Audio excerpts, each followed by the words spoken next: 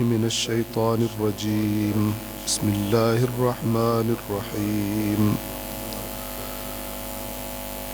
الحمد لله رب العالمين بارئ الخلائق أجمعين، والصلاة والسلام على سيد الأنبياء والمرسلين وعلى أهل بيته الطيبين الطاهرين المعصومين، واللعنة الدائمة على أعدائهم أجمعين من يوم عداوتهم إلى قيام يوم الدين.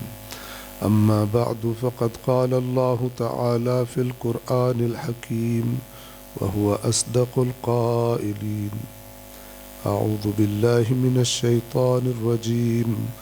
بسم الله الرحمن الرحيم. قل هل ننبئكم بالأخسرين أعمالا الذين ضل سعيهم في الحياة الدنيا وهم يحسبون أنهم يحسنون صنعا. صدق الله العلي العظيم. صلوات پڑھیں محمد والے.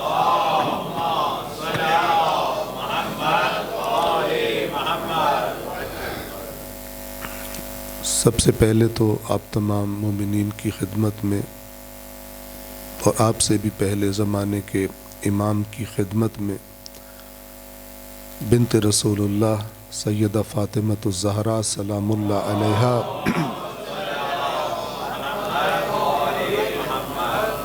کی ولادت کے بابرکت ترین دن کو، کہ جس دن اللہ تبارک و تعالی نے اپنے نبی کو کوثر عطا فرمائی،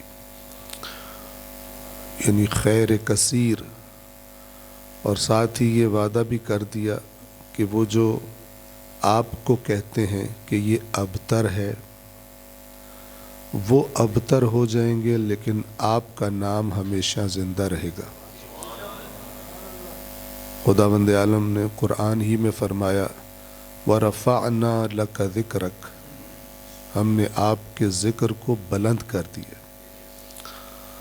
تو جو اللہ کے رسول کو ابتر ہونے کا، یعنی اس کی نسل ختم ہو جائے گی، اس کی نسل ہے ہی نہیں، تانا دیتے تھے، اللہ کا انتقام دیکھیے کہ اگر ان کی نسل میں سے کوئی شخص آج ہو بھی صحیح تو بھی اس کا جی نہیں چاہے گا میں لوگوں کو بتاؤں کہ مثلا میں ابو جہل کی نسل میں سے ہوں،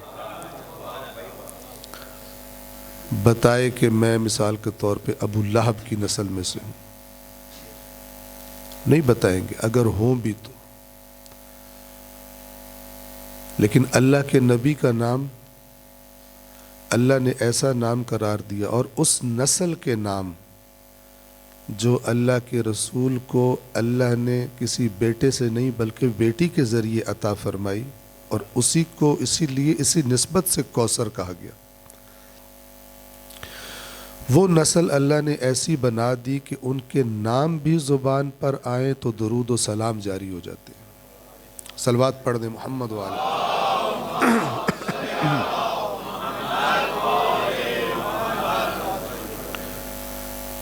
اسی ضمن میں ایک حدیث عرض کر دوں، ایک ٹیکنیکل نکتہ دعاؤں کی قبولیت کا. اصول کافی میں روایت ہے، حدیث ہے کہ اللہ کے نبی نے فرمایا کہ جب کوئی دعا مانگنے لگو اللہ سے، اس حدیث کا مفہوم بیان کر رہا ہوں، دقیق الفاظ ابھی میرے ذہن میں نہیں ہے، لیکن مفہوم یہی ہے اس کا، کتاب الدعا میں اصول کافی میں موجود ہے کہ جب اللہ کی بارگاہ میں دعا مانگنے لگو تو دعا سے پہلے بھی مجھ پر صلوات بھیجو، اور دعا کرنے کے بعد بھی مجھ پر صلوات بھیجو. کیوں؟ ٹیکنیکل نکتہ ہے. اس لیے کہ جو مجھ پر درود ہے وہ تو اللہ حتماً قبول فرماتا ہے. تو پھر اللہ کریم ہے، دعا تمہاری دعا سے، تمہارے مطالبے سے پہلی چیز بھی قبول کر لے، تمہارے مطالبے کے بعد بھی تم سے قبول کر لے، تو اس کو حیا آئے گی کہ درمیان والی چیز قبول نہ کرے. لہٰذا جب دعا مانگیے تو ایک دفعہ پہلے صلوات پڑھیں، پھر جب دعا مانگ لے تو اس کا اختتام بھی محمد و آل محمد پر درود کے ساتھ کرے۔ تو یہ ضمنی طور پہ ایک نقطہ میں نے آپ کی خدمت میں عرض کر دیا۔ تو اس بی بی کے یوم ولادت کو، باسعادت کو، کہ جو کل ہے، اپنے امام کی خدمت میں اور آپ مومنین کی خدمت میں تبریک مبارکباد عرض کرتا ہوں۔ اور جیسا کہ ابھی ہمارے بھائی نے بی بی کا ایک فرمان پڑھا، اللہ سے دعا کرتا ہوں اس فرمان میں جو بیان ہوا ہے ان میں ہمیں شمار فرمائے۔ یہ روایت اس طرح سے ہے کہ ایک شخص نے مدینہ میں اپنی زوجہ کو اللہ کے رسول کی بیٹی کے پاس بھیجا اور کہا کہ بی بی سے سوال کرو جا کر کہ میرا شوہر آپ کے شیعوں میں شامل ہے یا شامل نہیں ہے۔ دیکھیں، ایک دفعہ ہے میں کہوں میں ان کا شیعہ ہوں، اور ایک مرتبہ ہے وہ کہہ دیں کہ یہ ہمارا شیعہ ہے۔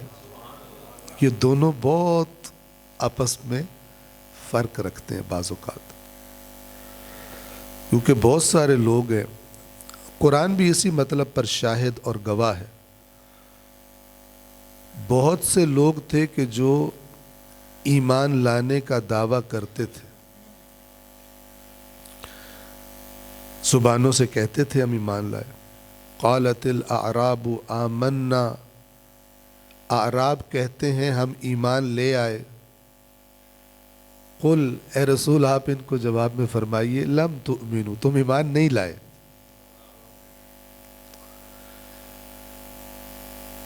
ولیکن قولوا اسلمنا، بلکہ یہ کہو کہ تم نے بظاہر اسلام قبول کر لیے۔ وَلَمَّا يَدْخُلِ الْإِيمَانُ فِي قُلُوبِكُمْ، وہ جو علیم بذات الصدور ہے وہ اپنے نبی سے فرما رہا ہے کہ ان کو بتا دو ایمان ابھی تک تمہارے دلوں میں داخل نہیں ہوا۔ تم کسی خوف سے، کسی لالچ سے، کسی مفاد کے لیے آ گئے ہو۔ توجہ فرما رہے ہیں۔ یا جب جہاد کا وقت آتا تھا تو بہت سارے لوگ بہانے کرتے تھے، سستی کا مظاہرہ کرتے تھے، نہیں جانا چاہتے تھے، تو اللہ نے اپنے رسول سے فرمایا قرآن مجید سورہ صف میں، یا ایھا الذین آمنوا لم تقولون ما لا تفعلون، اے ایمان والو وہ کیوں کہتے ہو جو کرتے نہیں ہو؟ کیوں کہتے ہو ہم مومن ہیں؟ مومن تو اللہ کے راستے میں جان دینے کو سعادت سمجھتا ہے، اور تم بہانے شروع کر دیتے ہو۔ تم کہتے ہو ٹھنڈا ٹھنڈا اور میٹھا میٹھا سافٹ اسلام، اس پر ہم عمل کریں گے، لیکن جہاں ہمیں کوئی ٹینشن یا مشکل یا مشقت اٹھانی پڑتی ہے وہ والا اسلام ہم عمل نہیں کریں گے، کوئی آلٹرنیٹ ہمیں بتا دو۔ تو یہی فارمولہ جو قرآن میں بیان ہوا ہے یہی بی بی نے بیان فرمایا۔ وہ خاتون بی بی کی خدمت میں حاضر ہوئی اور اپنے شوہر کا سوال بی بی کے سامنے پیش کیا۔ بی بی نے جواب دیا، صرف اس کے شوہر کے لیے نہیں بلکہ ہر انسان کے لیے جو اپنے آپ کو قیامت کے دن شیعوں کی صف میں کھڑا کرنا چاہتا ہے۔ تو بی بی نے فرمایا کہ اپنے شوہر سے جا کر کہو کہ ہم اہل بیت جن کاموں کا حکم دیتے ہیں اگر وہ کرتا ہے، اطاعت کرتا ہے، اور جن کاموں سے ہم اہل بیت منع کرتے ہیں اگر وہ نہیں کرتا، انجام نہیں دیتا، فَهُوَ مِن شِيعَتِنَا، تو پھر تیرا شوہر ہمارے شیعوں میں شامل ہے۔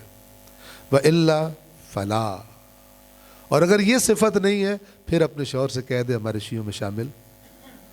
بی بی یہ بھی کہہ سکتی تھی ہے یا نہیں ہے ڈائریکٹ، لیکن قرآن بھی معیار بتاتا ہے تاکہ دوسرے بھی ہدایت لے لیں، اہل بیت بھی معیار بتاتے ہیں کہ یہ معیار ہے، اس پر پورا نہیں اترے گا رسول کا سگا چچا بھی ہو جہنمی ہے۔ اسلام یہ ہے، اور اگر اس پر پورا اتر آئے اور بہت اچھا پورا اتر آئے تو جو نہ قبیلے میں شامل ہے سلمان فارسی، نہ کوئی رشتہ داری ہے، وہ بھی اس مقام پر پہنچا دیا جائے گا کہ اللہ کا نبی فرماتا ہے سلمان و منا اہل البیت۔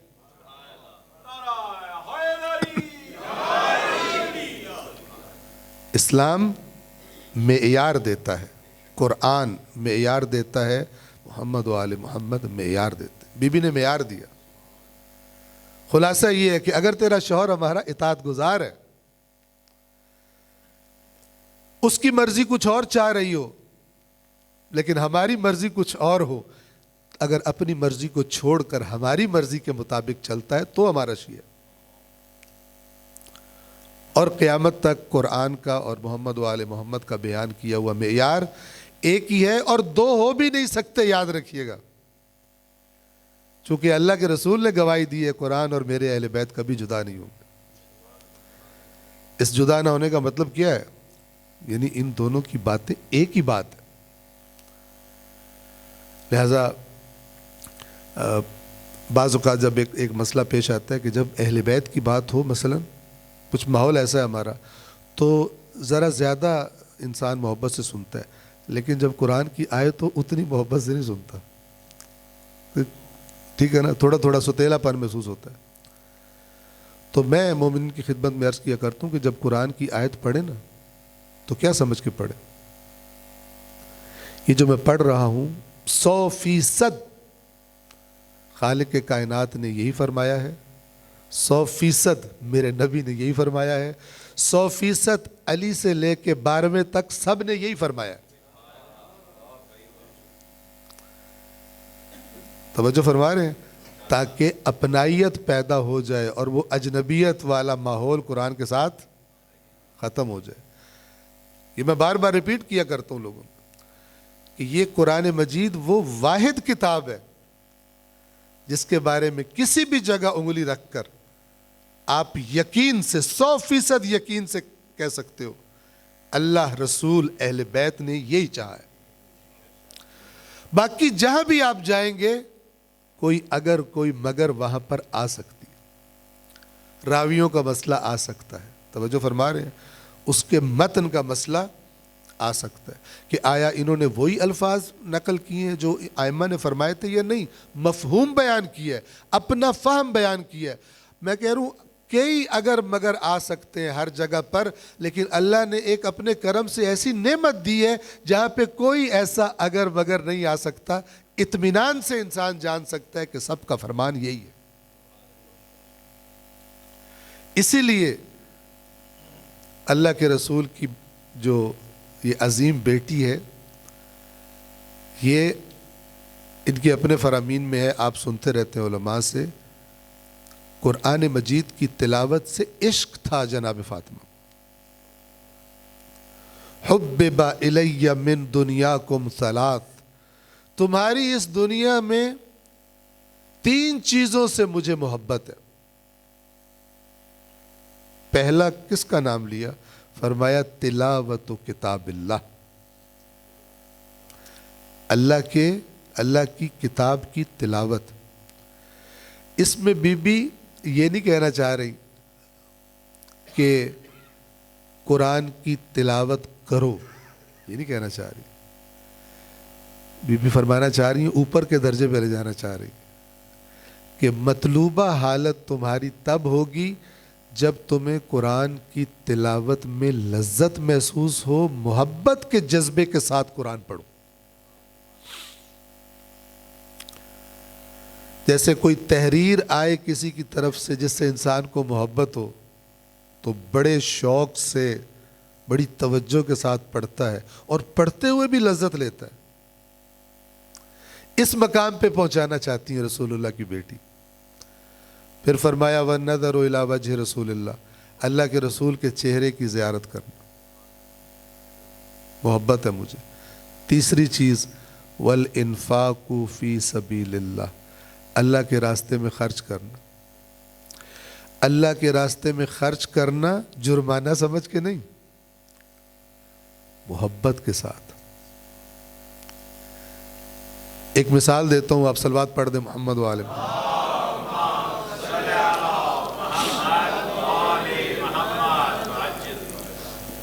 اللہ اس کو سمجھنے کی مجھے بھی اور آپ کو بھی توفیق دے، اور جو یہ بات بتائی جا رہی ہے، جو جناب سیدہ فرما رہی ہیں، وہ اپنے اندر پیدا کرنے کی ہمیں اللہ توفیق عطا فرمائے۔ دیکھیں بعض جگہیں ایسی ہیں کہ جہاں جب پیسہ خرچ کرتے ہیں ہم، اس خرچ سے ہمیں لذت محسوس ہوتی ہے. آپ لوگ ویلنشیا ٹاؤن یا آس پاس کے رہنے والے، جب آپ میں سے اس کی مثال لے لیں یا کوئی اپنے مطابق مثال کو آپ تصور کر لیں، جب آپ نے یہاں پر پلاٹ خریدا یا گھر خریدا، پیسے پے کیے یا پے نہیں کیے؟ جی، پیسے پے کرنے کے بعد لذت کا احساس کیا یا یہ احساس کیا یار میرے اتنے لاکھ چلے گئے؟ کیا احساس کیا؟ لذت کا احساس. کیوں؟ میرا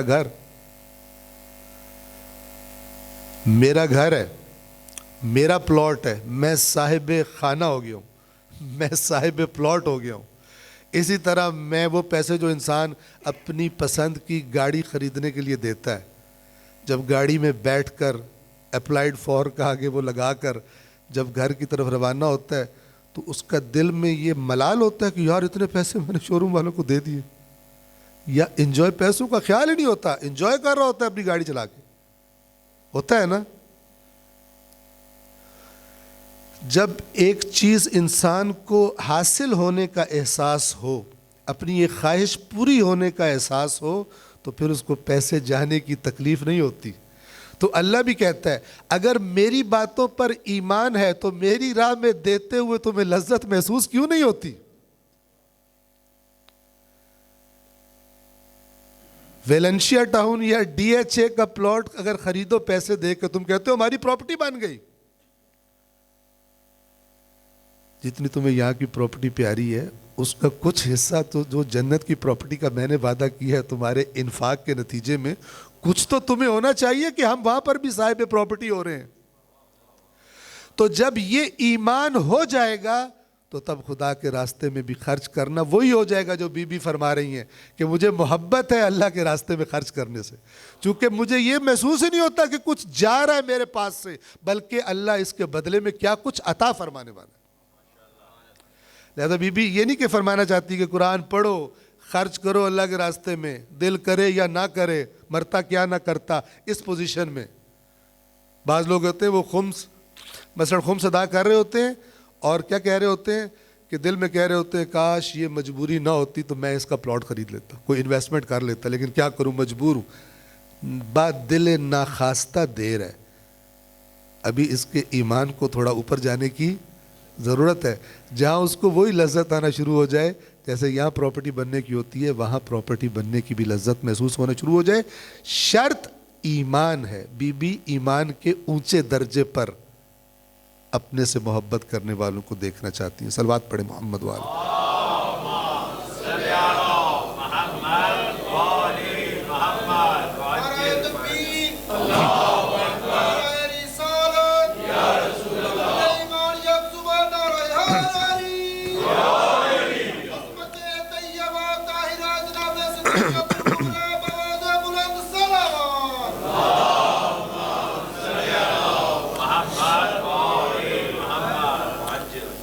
تو اس کو پریکٹیکل کریں. یہ 3 چیزیں بیان ہوئی ہیں، ان میں سے 2 ہمارے اختیار میں، ایک اختیار میں نہیں ہے. 2 کریں گے تو انشاءاللہ اللہ تیسری بھی عطا فرما دے گا، وہ کریم ہے. اللہ کے نبی کے چہرے کی زیارت ہمارے اختیار میں نہیں ہے، لیکن قرآن کی تلاوت اسے پریکٹیکل کریں. اللہ کے راستے میں خرچ کرنا اسے پریکٹیکل کریں، اور اس وقت تک کرتے رہیں اور تڑپ کے اللہ سے دعا مانگتے رہیں جب تک کہ اللہ ان کاموں کی لذت عطا نہ فرما دے. بی بی یہاں پہنچانا چاہتی ہے، اب توجہ کریں. یہ وہ نہیں ہے کہ جو مطلب اپنی چیزوں کو بیان کرتے ہیں اپنی کوئی شہرت کرنے کے لیے. ان کو شہرت کی ضرورت ہی نہیں ہے. جن کی آسمانوں پر شہرت ہو وہ زمین کی شہرت کے طالب ہوتے ہی نہیں ہیں. توجہ فرما رہے ہیں؟ جن کو اللہ کی طرف سے اتنی زیادہ عطائیں ہوں ان کو دنیا والوں سے لا نرید منکم جزاء ولا شکورا. خود توجہ فرمائیں، قرآن نے گواہی دی ہے، نہ ہم تم سے کوئی جزا چاہتے ہیں نہ حتیٰ شکریہ کی توقع ہے ہمیں. کیوں؟ ہم جو چاہتے ہیں اللہ سے چاہتے ہیں. ان اجری الا علی اللہ، نہیں ہے میرا اجر مگر صرف اللہ کے پاس. تم مجھے کیا دے سکتے ہو؟ تو یہ وہ خاندان ہے. یہ جب اپنی کوئی بات کوئی صفت بتاتے ہیں کس لیے بتاتے ہیں؟ تاکہ سننے والے اس طرف جذب ہوں, اس طرف آئیں. تو میں بھی آپ بھی ہم پریکٹیکلی یہ کام کریں تلاوت قرآن. اگر لذت محسوس نہیں ہوتی تو سوچیں کہ کیا کمی ہے کہ لذت نہیں آ رہی. میں کہا کرتا ہوں, سمپل سی مثال دیا کرتا ہوں, دنیا کا بہترین لذیذ ترین کھانا ہو, بندہ بیمار ہو, کھانے والا لذت نہیں آتی, ذائقہ محسوس نہیں ہوتا. شدید بخار ہو, نزلہ لگا ہوا ہو, کھانا بھی نہ کھایا ہو سارا دن, تب بھی آپ کی فیوریٹ ڈش سامنے لائی جائے,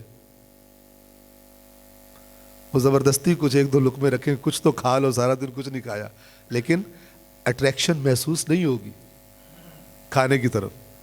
یہی آپ ہے کہ اگر یہی حالت صحت میں لایا جاتا, سارے دن کی بھوک ہوتی, آپ جناب حملہ کر دیتے اس پہ. لیکن اب دل ہی نہیں کر رہا. کیوں؟ اس میں کمی نہیں ہے, کھانے والے میں کمی ہو گئی, بیمار ہو گیا.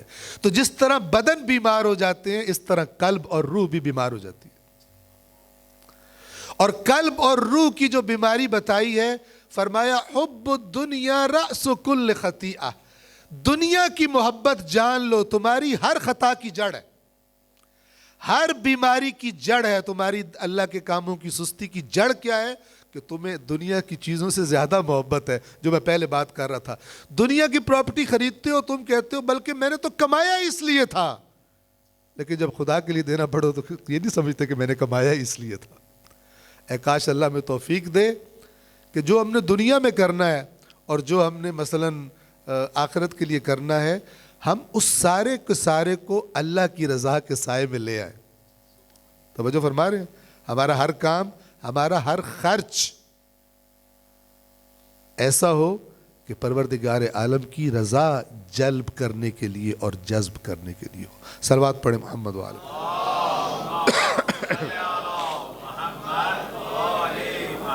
اسی طرح اللہ کی راہ میں خرچ کریں, خرچ کریں, خرچ کریں, اور دیکھیں کہ کب مزہ آنا شروع ہوتا ہے, کب لذت محسوس ہونا شروع ہوتی ہے.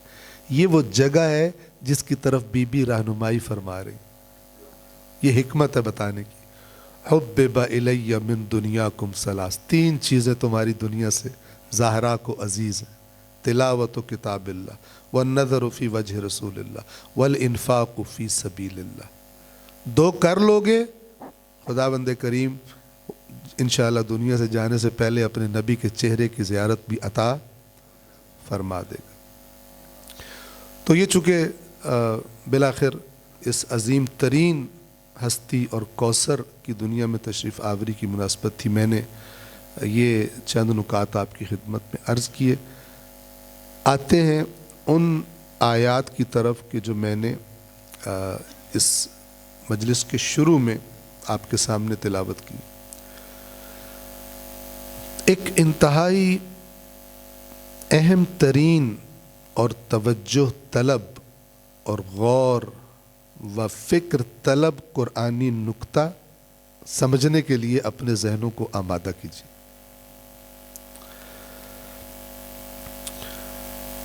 قبل اس کے کہ میں آیات کا ترجمہ اور مفہوم آپ کی خدمت میں عرض کروں, ذہنوں کی آمادگی کے لیے ایک اور نکتہ عرض کر رہا ہوں کہ اللہ تبارک و تعالی نے قرآن کو کتاب ہدایت قرار دیا. جو اللہ فرماتا ہے نا, ما فرطنا فی الکتاب من شیء, ہم نے کتاب میں کوئی چیز نہیں چھوڑی.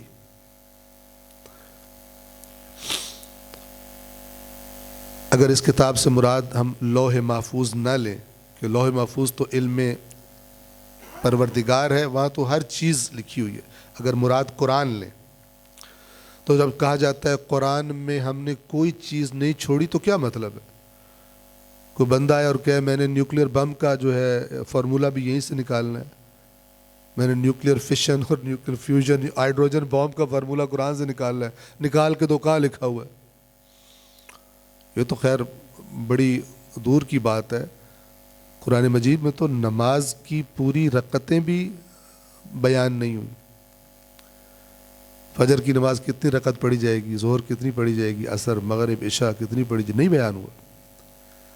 حج کے مناسک اشارے ہوئے ہیں، نام آئے ہیں مناسک کے، لیکن پراپر طریقہ، تفصیلی طریقہ قرآن میں نہیں ہے۔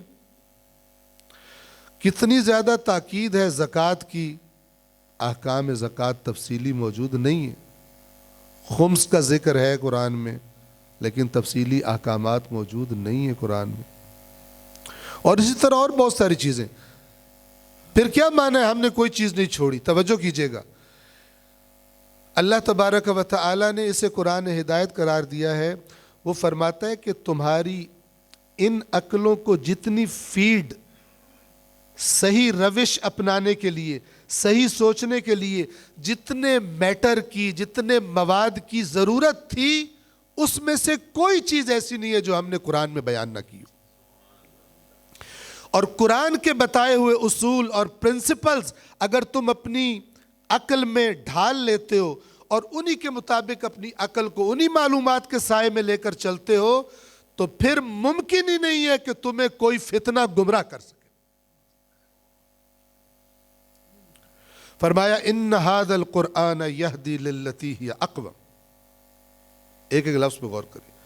ان یقیناً ھذا القرآن، یہ قرآن، یہدی ہدایت کرتا ہے، للتی اس کی طرف، ہی اقوم جو سیدھا ترین، استوار ترین، مضبوط ترین راستہ ہے، اس کی طرف یہ قرآن ہدایت کرتا ہے۔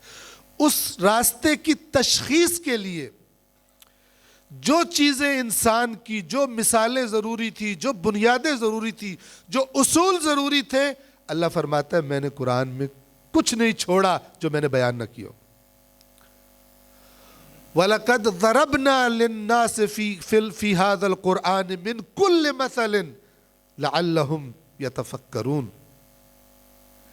اور ہم نے اس قرآن میں لوگوں کے لیے ہر طرح کی مثالیں بیان کی ہیں تاکہ وہ غور و فکر کریں۔ قرآناً، ایسا قرآن، عربیاً، جو عربی ہے، غیر ذی عوج، جس میں کوئی کجی، کوئی ٹیڑھا پن نہیں ہے، لعلہم یتقون، تاکہ یہ لوگ بچ سکیں۔ یہ اللہ دعویٰ فرما رہا ہے اپنی کتاب کے بارے میں۔ یہ اس لیے آپ سے عرض کر رہا ہوں، یہ نکات کی ہے جو میں نے 2 آیات آپ کے سامنے تلاوت کی ہیں، یہ ایک ایسی مشکل ہے کہ خدا نہ خواستہ اس میں جو مبتلا ہوتا ہے، سب سے بڑی پرابلم یہ ہوتی ہے کہ اس کو پتہ نہیں ہوتا کہ میں کتنی بڑی خرابی میں مبتلا ہوں، اور اپنے آپ کو ٹھیک سمجھ رہا ہوتا ہے۔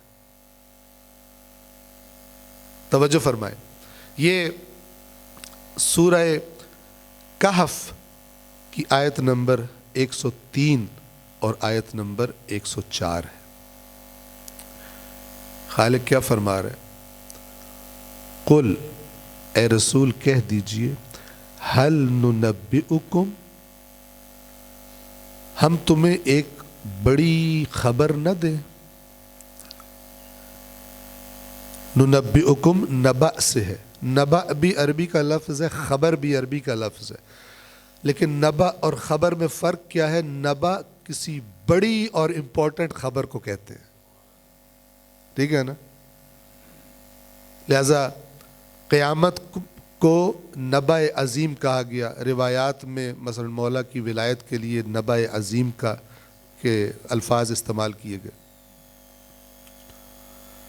ہل ننبئکم، یہ لفظ کیوں لایا؟ اللہ تعالیٰ فرماتا ہل نخبرکم، ہم تمہیں خبر نہ دیں، لیکن فرمایا ہل ننبئکم، ہم تمہیں ایک بڑی امپورٹنٹ خبر نہ دیں، بہت بڑی بات نہ بتائیں۔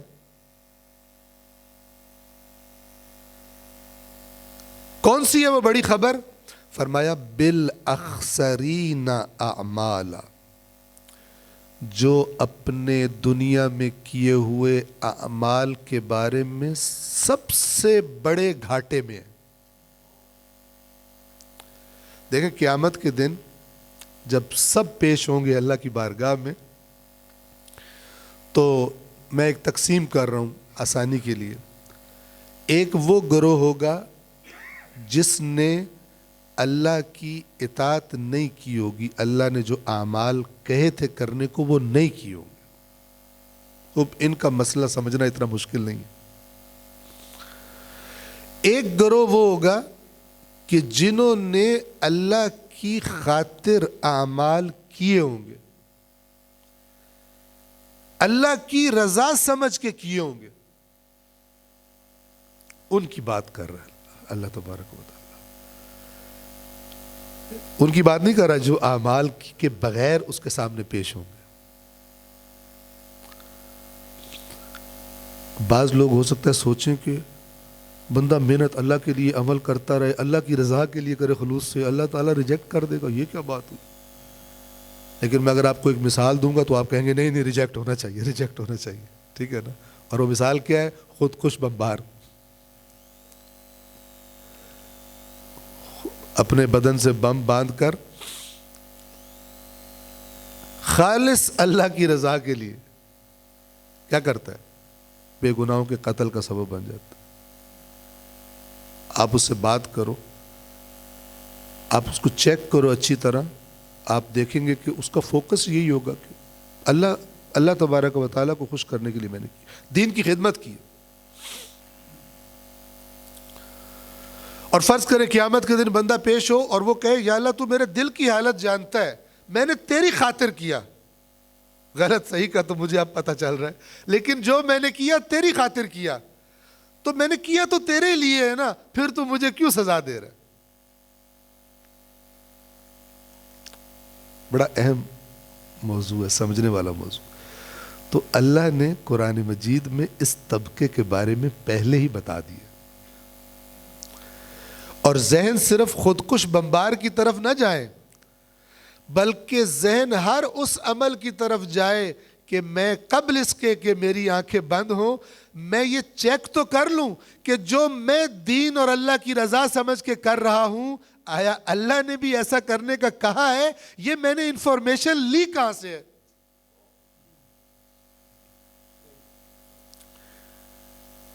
اس کے بارے میں قرآن، اس کے بارے میں محمد و آل محمد کے فرامین بے تحاشا ہے۔ آپ دیکھیں، اگر ہم اپنے مسلک کی نسبت سے کھڑے ہو کے دوسروں کو دیکھیں، کئی مسالک ہیں نا، مثلا ایک مسلک ہے وہ ایک رسم کو اتنے زور و شور سے ادا کرتا ہے اور کہتا ہے یہ عشق رسول کا تقاضا ہے،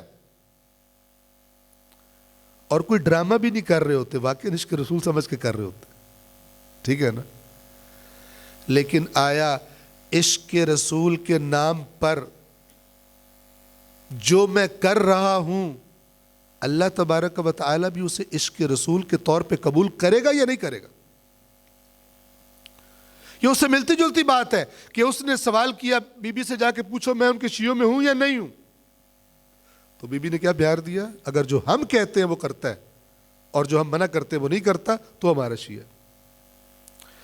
لہذا دین سمجھ کر میں جو کر رہا ہوں مجھے چیک کرنا چاہیے۔ ایک سمجھدار انسان وہ ہے، دین کے بارے میں سنجیدگی کا تقاضا یہ ہے کہ میں پتہ تو کروں کہ دین کے نام پہ جو کرنے جا رہا ہوں یا جو میں کرتا ہوں بچپن سے دیکھتا آیا ہوں، یہ دین بتانے والوں نے بھی بتایا یا نہیں بتایا۔ قرآن مجید سے آپ کو ایک مثال دے دوں، سورۃ البقرہ میں دوسرے سپارے میں اللہ تبارک و تعالی نے کچھ حج کے احکامات بیان کیے، اور وہاں پر ایک جگہ فرمایا ثم افیدوا من فاذا افضتم من عرفات، جب تم عرفات سے نکل پڑو، فاذکروا اللہ عند المشعر الحرام، تو مشعر الحرام میں اللہ کو یاد کرو، اللہ کا ذکر کرو۔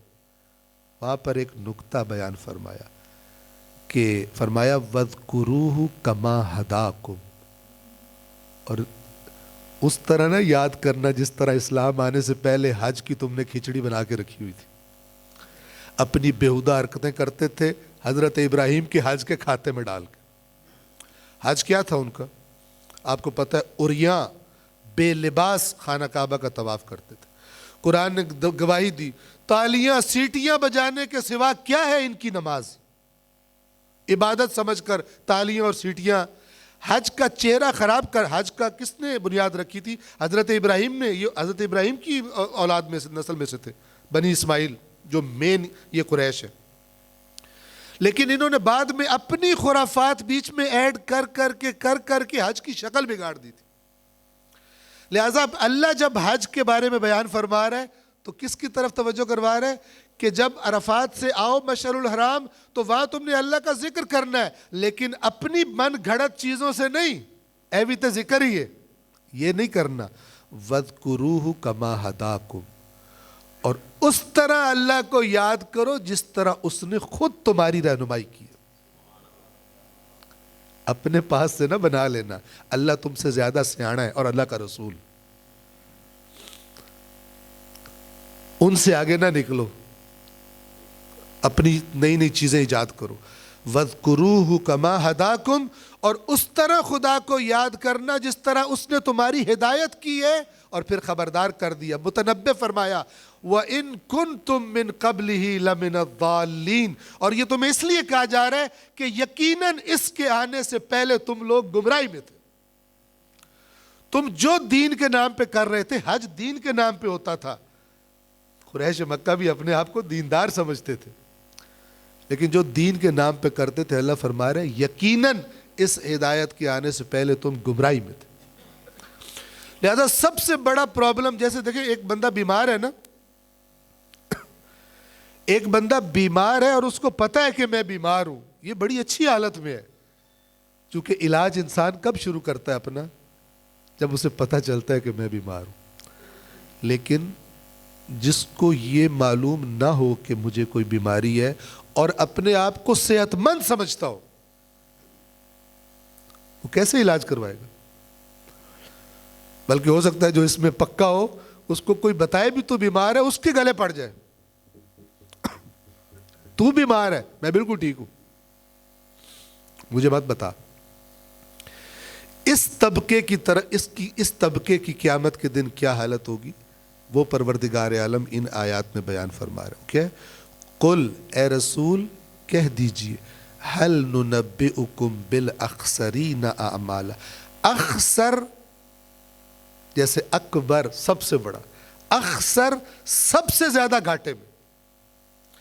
کیوں؟ جس نے کیا ہی کچھ نہیں تھا اس کو بھی تکلیف تو ہوگی کہ مجھے سزا ملنے والی ہے، لیکن اس کی حالت دیکھیں جو سمجھ رہا تھا میں نے بہت کچھ کیا ہوا ہے،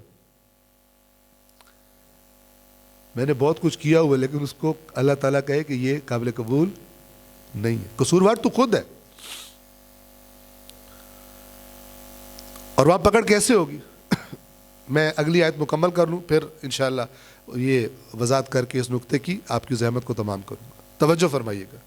قل هل ننبئکم بالاخسرین اعمالا، اے رسول کہہ دیجئے کیا ہم تم کو اعمال کے اعتبار سے سب سے زیادہ خسارے والوں کا نہ بتائیں. یہ امپورٹنٹ خبر ہے، یہ ان کی بات نہیں ہو رہی جو عمل نہیں کرتے، یہ ان کی بات ہو رہی جو عمل کرتے ہیں. ان کو خبردار کیا جا رہا ہے کہ عمل کے بارے میں الرٹ رہنا. کہاں سے لیا ہے تم نے عمل؟ کس نے بتایا تمہیں؟ آیت نمبر 104 اور خطرناک ہے. الذین ضل سعیہم فی الحیات الدنیا، ان لوگوں کے بارے میں کہ جن کی دنیاوی زندگی میں کی ہوئی کوششیں بھٹک گئی. بھٹک گئی سے کیا مطلب؟ منزل پہ نہیں پہنچی. یہ عمل کس لیے کر رہا تھا؟ اللہ کی رضا کے لیے. کوشش بھٹک گئی یعنی اللہ کی رضا نہیں ملی. چہ بسا اللہ کی رضا کے برعکس کام کر دے.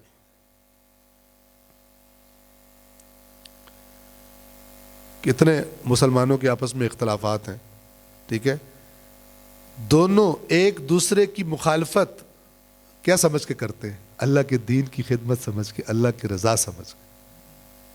یہ سمجھتا ہے وہ اللہ کا دشمن ہے، وہ سمجھتا ہے یہ اللہ کا دشمن، وہ سمجھتا ہے یہ رسول کا دشمن ہے، وہ سمجھتا ہے یہ رسول کا دشمن.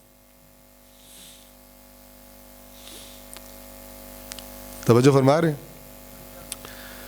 الذین ضل، الفاظ پہ غور کیجئے گا. الذین، ان لوگوں کے بارے میں، وہ لوگ کہ جو ضل سعیہم، جن کی سعی، جن کی کوشش بھٹک گئی، اپنی منزل مقصود پہ نہ پہنچ سکی. کہاں کوشش کر رہے ہیں؟ فی الحیات الدنیا، اس دنیاوی زندگی میں کر رہے ہیں کوششیں. ان کی بات ہی نہیں ہو رہی جو کوششیں نہیں کرتے. جو اعمال نہیں کرتے ان کی بات ہی نہیں ہو رہی، انہیں سائڈ پہ کر دیں. جو دین سمجھ کے کچھ کام انجام دے رہے ہیں، کوششیں کر رہے ہیں، اللہ کہہ رہے ہیں ان کے بارے میں تمہیں بتاؤں کہ جو سب سے زیادہ گھاٹے میں رہیں گے قیامت کے دن، سب سے زیادہ ان کی حالت خراب ہوگی، کہ جن کی دنیا میں کی ہوئی کوششیں گمراہ ہو گئی، بھٹک گئیں. جبکہ تم جب ان سے پوچھو گے نا جو یہ کام کر رہا ہے، اس سے پوچھو گے تم کیا کر رہے ہو، وَيَحْسَبُونَ، اور وہ خود یہ سمجھتے ہیں، انہم یحسنون صنعا، کہ وہ بڑا بہترین کام کر رہے ہیں اللہ کو خوش کرنے کے لیے. الفاظ پہ آپ غور کیجیے، مفہوم کو سمجھیے. کیفیت کیا ہے؟ اللہ کہہ رہا ہے سب سے زیادہ بری حالت قیامت کے دن اس شخص کی ہو جائے گی، ٹھیک ہے نا، کہ جو دنیا کی زندگی میں کوششیں کرتا رہا ہے لیکن اس کی کوششیں بھٹک رہی ہیں، اور وہ اس کو پتہ ہی نہیں ہے کہ یہ غلط طرف زور لگا رہا ہوں، غلط کاموں میں زور لگا رہا ہوں، بلکہ وہ سمجھ رہا ہے کہ انہم یحسنون، یحسنون یعنی وہ سمجھ رہا ہے میں بڑے خوبصورتی سے چیزوں کو انجام دے رہا ہوں. یحسبون انہم یحسنون صنعا، ان کا اپنا گمان یہ ہے کہ وہ بڑے بہترین کام کر رہے ہیں. اب اس قسم کی جب آیات آتی ہیں قرآن میں تو لوگ کہتے ہیں اے دویا واسطے، ٹھیک ہے نا، اسی تو بالکل ٹھیک ہے. لیکن عاقل کون ہوتا ہے، ہوشیار کون ہوتا ہے؟ کہتا ہے ٹھیک ہے میں حق پہ ہوں، لیکن اللہ نے ایک بات کی ہے تو چیک کرنے میں کیا حرج ہے.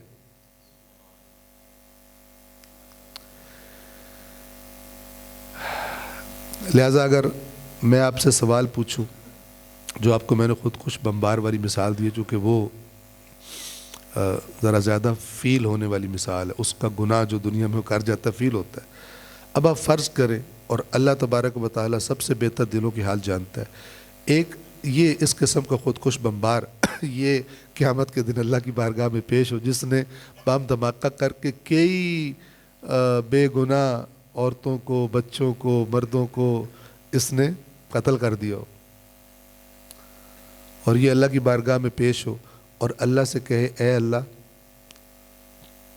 تو دلوں کے حال جانتا ہے، میرے دل کو دیکھ لے، تیری رضا کے سوا کچھ تھا یہ کام کرتے ہوئے، ٹھیک ہے. اور اللہ بھی جان لے کہ اللہ جانتا ہے کہ اس نے جب یہ کام کیا تو میری رضا کے لیے کیا. اب آپ سے سوال کہ اللہ کس بات پہ گرفت میں لے گا اس کو؟ گرفت میں لینے کے لیے کوئی ریزن تو چاہیے نا، عاقلانہ ریزن. تو اگر آپ کے ذہن میں ریزن ہو تو مجھے بتا دیں، اور اگر آپ کے ذہن میں ریزن نہیں ہے تو ریزن سن لیں، انہی آیات سے مربوط ہے. اللہ تعالیٰ اس کو جواب میں فرمائے گا کہ ہاں میں جانتا ہوں کہ تو نے جو یہ کام کیا ہے نا، یہ جب تو کرتا تھا، یا جب تو کر رہا تھا تو میری رضا کے لیے خالص کر رہا تھا، مجھے کوئی شک نہیں اس میں، مجھے اللہ کو شک ہوتا ہی نہیں ہے، میں کلیئر ہوں، میں تیرے دل کا حال جانتا ہوں. لیکن سوال میرا تجھ سے یہ ہے کہ اس کام میں اللہ کی رضا ہے، یہ نظریہ تو نے حاصل کہاں سے کیا تھا؟ کیسے حاصل کیا تھا؟ آیا انہی طریقوں پہ چل کے تو اس نتیجے پہ پہنچا تھا، اس عقیدے پر، اس نظریے پر، اس فکر پہ پہنچا تھا جن طریقوں کو میں نے ویلڈ طریقے قرار دیا ہے؟ ان طریقوں پہ، یا نہیں ان طریقوں پہ جن کے بارے میں نے خبردار کیا ہے کہ اس طرح دین کے افکار مت بناؤ؟ لہٰذا تو نے ایک غلط راستے پہ چل کر ایک نظریہ بنایا، اگرچہ تو نے دل سے اس کو دین سمجھا، لیکن تو نے اب تو نہ اپنی طرف سے تو نے اطاعت کی، لیکن دین سیکھ رہا تھا جب تو، نظریہ بنا رہا تھا جب تو، وہاں پر تو نے سنجیدگی کا مظاہرہ نہیں کیا، وہاں پر تو اس راستے پہ نہیں چلا، تو نے اس طرح دین کی باتیں نہیں سیکھی جس طرح ہم نے دین سیکھنے کا حکم دیا تھا، رہنمائی کی تھی. تمام وہ لوگ کہ جو کسی بھی کام کو دین کا کام سمجھ کے کرتے ہیں، واقعاً دل سے اللہ کی رضا کے لیے کر رہے ہوتے ہیں، وہ قیامت کے دن خدا کی بارگاہ میں جواب دہ ہوں گے. اس کام کی وجہ سے نہیں بلکہ اس روش کی وجہ سے جس روش کی وجہ سے انہوں نے اس چیز کو اپنا عقیدہ اور اپنا نظریہ بنا لیا تھا اور اس عمل کو دینی عمل سمجھا تھا۔ اس سے زیادہ وقت نہیں ہے آج کہ میں مزید آپ کی خدمت میں کر سکوں، لیکن انشاءاللہ بات واضح ہے۔ قل اے رسول هل ننبئکم بالاکثرین اعمالا، ہم آپ کو ان کے بارے میں ایک بڑی خبر دیں جو اپنے اعمال کے بارے میں سب سے زیادہ گھاٹے میں ہوں قیامت کے دن۔ الذین ضل سعیہم فی الحیات الدنیا، کہ جنہوں نے جو کوششیں کی دنیاوی زندگی میں سب بھٹک گئی، بے فائدہ ہوں گے، جبکہ خود ان کی کیا حالت ہے؟ وَهُمْ يَحْسَبُونَ أَنَّهُمْ يُحْسِنُونَ صُنْعًا، وہ سمجھتے ہیں کہ ہم بڑا زبردست دینی کام کر رہے ہیں، اللہ تعالیٰ اس کو بہت زیادہ پسند فرماتا ہے، اس سے بڑا کام ہی کوئی نہیں۔ صلوات پڑھ دے محمد والے۔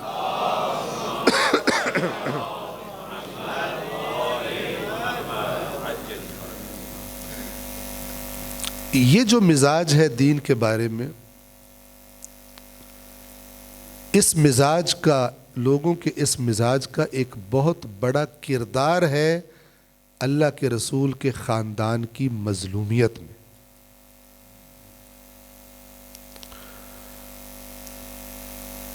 ایک عوامانہ روش، جو سننا اسے صحیح سمجھ لینا، تحقیق کی طرف نہیں جانا، جو سننا، اور اگر خاص طور پہ پروپیگنڈا بڑے زور و شور سے کیا جائے تو پھر تو بڑے پکوں کو بھی شک ہونا شروع ہو جاتا ہے۔ اب آپ بتائیے، آپ کسی ایسے شامی کو تصور کریں کہ جو واقعاً سمجھتا تھا العیاذ باللہ، نعوذ باللہ من ذالک، کہ حضرت علی اچھے انسان نہیں ہیں علیہ الصلاۃ والسلام، تھے شام میں، وہ لوگ تھے جن کو دین کے نام پہ دھوکہ مس یوز کیا جا رہا تھا۔ یعنی ایسا نہیں ہے کہ جو لشکر شام آیا تھا وہ سارے کے سارے ان کو کلیئر تھا کہ حضرت علی ٹھیک ہے اور یہ سائیڈ والے جو ہے غلط ہیں، پھر بھی ہم نے باطل کا ساتھ دینا ہے۔ نہیں، ایسا نہیں ہوتا، مس یوز کیا جاتا ہے۔ چالاک لوگ، سمارٹ اوور کلیور لوگ، وہ طریقے سے انہیں پتہ ہوتا ہے اس کے اندر دینی جذبہ تو موجود ہے، کس طرح اس جذبے کو اپنے لیے استعمال کروں، کس طرح جو میں کروانا چاہتا ہوں اس کو دین کا فریضہ بنا کر اس کے سامنے پیش کروں۔ تو اب وہ لوگ جو آئے اور انہوں نے ڈٹ کے مثال کے طور پہ جنگ لڑی مولا علی علیہ الصلوۃ والسلام کے لشکر کے ساتھ، اور دین سمجھ کے یہ کام کر رہے تھے، سمجھ رہے تھے ہم حضرت عثمان کے خون کا بدلہ لے رہے ہیں کیونکہ حضرت علی نے جان بوجھ کے قاتل سپرد نہیں کی،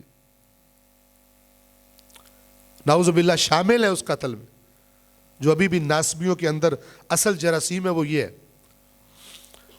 لیکن جرت نہیں ہے کہ اس کو ڈائریکٹلی کہیں، پھر ادھر ادھر سے انڈائریکٹلی حملے کرتے ہیں اہل بیت پر اور خاندان رسول پر، اور بالخصوص مولا علی علیہ السلام کی ذات پر عجیب و غریب قسم کی حرکتیں کرتے ہیں۔ تو یہ لوگ بڑے خلوص سے لڑ رہے ہیں دین سمجھ کر۔ کس سے لڑ رہے ہیں؟ دین سے۔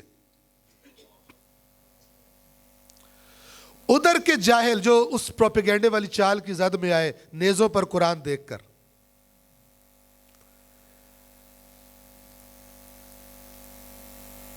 قرآن نعرہ کیا لگایا؟ ہم قرآن مجید سے جنگ نہیں کریں گے۔ خود یہ نعرہ در حقیقت قرآن سے جنگ تھا، چونکہ صحیح السند اہل سنت کی روایات میں بھی موجود ہے کہ اللہ کے نبی نے فرمایا تھا علی اور قرآن کبھی جدا نہیں ہوں گے۔ تو جس نے سنجیدگی سے دین کو دیکھا ہے وہ اس جگہ پہ دھوکہ نہیں کھائے گا، وہ کہے گا ایک وہ قرآن کا تقدس کو سامنے لے کر آ گئے ہیں، ایک بات علی کر رہے ہیں، تو رسول نے فرمایا تھا قرآن اس طرف ہوگا جس طرف علی ہوگا۔ تو پھر علی کی بات سنو، علی فرما رہا ہے یہ کاغذ، یہ چمڑا اور سیاہی یہ تمہیں دھوکہ دینے کے لیے، یہ اسی قرآن کے احکام کے خلاف تمہیں استعمال کرنے کے لیے، اس دھوکے میں مت آؤ۔ لیکن لوگ آ گئے۔ مولا نے خود اپنے فرمان میں گواہی دی ہے کہ ان خوارج کو میرے بعد ان کا پیچھا مت کرنا، انہیں چھوڑ دو، کیونکہ جو حق اصل میں حق کا متلاشی ہو لیکن غلطی سے باطل پہ جا گرے، وہ اس کی طرح نہیں ہوتا جو پہلے دن سے باطل کا ارادہ رکھتا ہو۔ مولا نے گواہی دی ہے کہ یہ اپنی طرف سے حق سمجھ رہے تھے، لیکن اپنی بےہودگی کی وجہ سے، اپنی جہالت کی وجہ سے باطل ان کو حق بنا کے پیش کیا گیا، انہوں نے باطل کو حق سمجھ لیا۔ یہ وہ لوگ ہیں بالاخسرین اعمالا، سب سے زیادہ جو گھاٹے میں ہوں گے قیامت کے دن۔ تو میں عرض کر رہا تھا کہ اگر ایسا نہ ہوتا، یہ طبقہ موجود نہ ہوتا، سنجیدگی ہوتی دین کے بارے میں، تو اللہ کے رسول کا خاندان مظلوم نہ ہوتا۔ نواسہ رسول جوانان جنت کا سردار کربلا میں اکیلا نہ رہتا۔ بس ایک دو جملے آپ کی خدمت میں ذکر مصیبت کے بھی عرض کر دوں۔ جس بی بی کی دنیا میں تشریف آوری کا دن ہے کل، یہ سردار ہے تمام جہانوں کی عورتوں کی، لیکن ان کی زندگی کی جو شان و شوکت ہے وہ دنیاوی ملکاؤں اور شہزادیوں والی نہیں ہے۔ ایک بالکل سادہ ماحول کا گھر ہے، اور اس سادہ ماحول کے گھر میں خاتون جنت اپنے بچوں کو روٹی پکا کے دینے کے لیے اپنے ہاتھوں سے چکی میں آٹا پیستی۔